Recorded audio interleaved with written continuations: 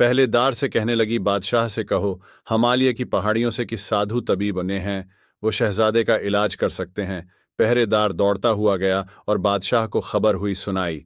बादशाह इस हद तक परेशान हो चका था, जो भी शहजादे के इलाज करने का दावी करता उसे बुला लेता। उन्होंने इस तबीब को भी बुला लिया। तबीब की कम उम्री देखकर बादशाह को शक हुआ कि ये नौजवान तबीब क्या इलाज करेगा। बड़े बड़े नामी गरामी तबीब यहाँ हार चुके हैं। फिर भी उसने पूछा, भाई तुम क्या कर लोगे? दुनिया भर के तबीब हकीम हार चुके हैं, अब तो दुआओं का ही सहारा है। शहजादी जो तबीब के भैंस में थी बोली, हुजूर अगर 40 रोज के अंदर शहजादा साहब से हथियाब न हो जाएं तो जो चूर की सजा वो मेरी सजा। बादशाह फौरा राजी हो गया।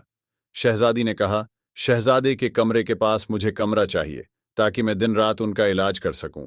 बादशाह के हुक्म से फौरा उसे कमरा दे दिया गया। जब वो शहजादे के पास पहुंची तो उसकी हालत देखकर उसका दिल रोने लगा। उसने बड़ी मुश्किल से जब्त किया। फौरा अपने कमरे में जाकर संदल के साथ चुकौरी की पीटें पीसी, फिर बहुत एहतियात से शहजादे के जिस्म के जख्म साफ किए। शहजादा दर से तड़प रहा था। फिर अल्लाह का नाम लेकर वो लीप उसके सारे जिस्म पर लगा दी। शहजादे के जख्मों में ठंडक सी पड़ गई। न जाने कितने दिनों के बाद उसकी ऊँख लग गई। बादशाह के पास जब यह खबर पहुंची तो वो सजदा शक्र बजा लाए। उन्होंने हुक्म है दिया तबीब का हर तरह से ख्याल रखा जाए और उसके हर हुक्म की तामील की जाए। शहजादी ने तीमारदारी में अपने दिन रात एक कर दिए। अपने हाथ से पकाकर हल्की और ताकतूर ग़िज़ाएं उसे खिलाएं। उसके जख्मों को साफ कर दी, सुबह शाम दबाकर लीप कर दी। हिफ्ता भर में शहजादे को इतना फाका हो गया कि वो अपने उर्द गर्द की चीज़ों पर ध्यान देने के काबिल हो गया। पगड़ी और दाढ़ी में ये तबीब उसे कुछ जाना पहचाना लगा, लेकिन याद नहीं या कि कहाँ देखा था उसे। तबीब उसके सामने बात भी बहुत कम करता था। महीना भर में शहजादे के जख्म पूरी तरह भर गए, लेकिन अभी खाल कची थी। वैसे भी चुकूरी ने 40 दिन के इलाज की बात की थी, तो शहजादी इसी तरह उसके जख्मों पर मिरहम लगाती रही। शहजादा उसके खिदमत का दिल से मोतरफ था और बादशाह ने तो उसको बहुत भारी इनाम देने की तैयारियां कर रखी थी। लेकिन हुआ ये कि 40 दिन शाम की दवा शहजादे के जिस्म पर लगाकर शहजादी किसी से कहे सुने बगैर महल से निकल गई और सीधी अपने शहर के लिए रवाना हो गई। हाँ, उसने शहजादे से उसकी अंगूठी जरूर मांग ली थी, लेकिन उसे ये पता नहीं चला कि वो चली जाएगी। इधर महल में शहजादे के जश्न सेहत की तैयारियां जोर व शोर से हो रही थी, लेकिन तबीब का कहीं पता नहीं था।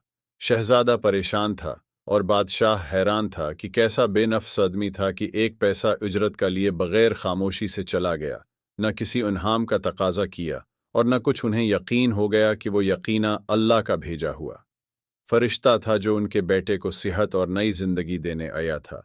मुकम्मल सेहत याब होने के बाद शहजादे को अपनी नई है नवीली दुल्हन की याद आई। अभी उनकी शादी को दिन कितने हुए थे कि ये मुसीबत आ गई। वो जानता था कि उसकी उस हालत की जिम्मेदार उसकी सास थी, लेकिन उसने ये बात ही नहीं कही थी, किसी को नहीं बताई थी। एक दिन वो अपने वालिद से इजाज़त लेकर शिकार के बहाने निकला और सीधा अपने ससुराल चलाया। उसने शाही लिबास पहन रखा था और उसके साथ फौज का शिकारी दस्ता भी था।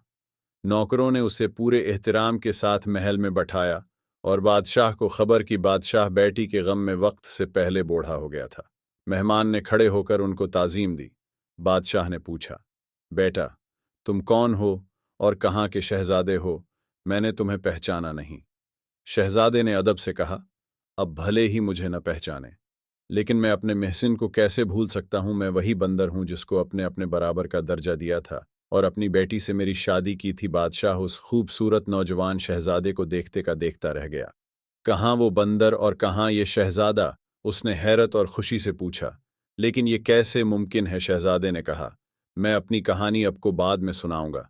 अब क्या मैं अपनी दुल्हन से मिल सकता हूँ? बादशाह ने कहा, वो अब भी उसी महल में रहती है जहां तुम रहते थे। उसने तो दुनिया ही छोड़ दी है, तुम शौक से वहां जा सकते हो। बादशाह को हैरान और परेशान छोड़कर शहजादा सीधा महल में आया देखा कि शहजादी गम की तस्वीर बनी बैठी है, जुल्फे परेशान हैं, फूल सा चेहरा मुरझा गया है, रो रो कर आंखों में सियाह हल्के पड़ गए हैं।